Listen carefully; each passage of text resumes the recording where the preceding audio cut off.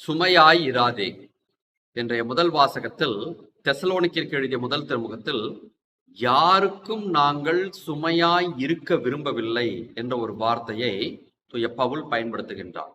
இதனுடைய பொருள் என்ன தெரியுமா?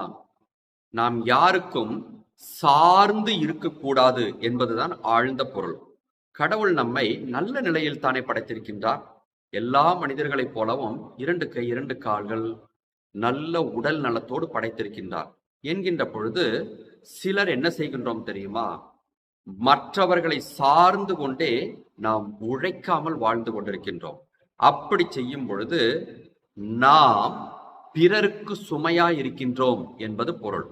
சில நேரங்களில் சில இடங்களில் நாம் பார்க்கின்றோம், வளர்ந்து பெரியவர்களாகிவிட்டாலும் கூட பெற்றோர்கள் இன்னும் உழைத்து அந்த பிள்ளைகளுக்கு 50 வயது ஆனாலும் கூட அந்த பிள்ளைகளுக்கு கொடுத்து கொண்டே இருப்பதை பார்க்கின்றோம்.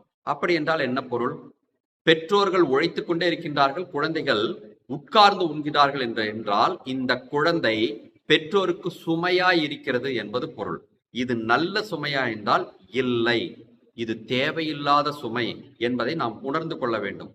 அதே போன்றுதான் நமது தனிப்பட்ட வாழ்க்கைக்கு வரும் பொழுது நிறைய பாவ காரியங்களையும் நிறைய கெட்ட பழக்க வழக்கங்களையும் தேவையில்லாத சிந்தனைகளையும் நாம் வளர்த்து கொண்டோம் என்றால் நிச்சயமாக அதுவே நமக்கு சுமையாகி போகும். ஒரு காலகட்டம் வரும் பொழுது என்னால் இதை சுமக்க இயலவில்லை என்று மற்றவர்களிடம் புலம்புவோம். அதை யார்தான் இறக்கி வைக்க முடியும்? நம்மால் ஏற்படுத்தப்பட்ட சுமையை நாமே தான் இறக்கி வைக்க முடியும் என்பதை நாம் உணர்ந்து கொள்ள வேண்டும். இன்னும் ஆழ சிந்தித்து பார்க்கும் பொழுது சில பேர் யாருக்கும் சுமையாய் நான் இருக்கவே மாட்டேன் என்று முடிவெடுப்பார்கள். நல்ல பழக்க வழக்கம் தான். ஆனால் இயற்கை என்பது வேறல்லவா?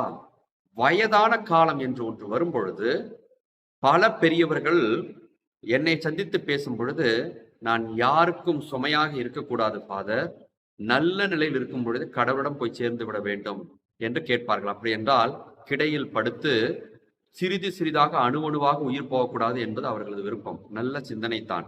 ஆனாலும் கூட அது கடவுளின் விருப்பம் இல்லை என்று வைத்துக் கொள்வோமே, என்ன செய்வது? அந்த சுமையை சுமப்பதற்கு பிள்ளைகள் பழக வேண்டும். இது கடவுள் கொடுக்கக்கூடிய ஒரு பாக்கியம்.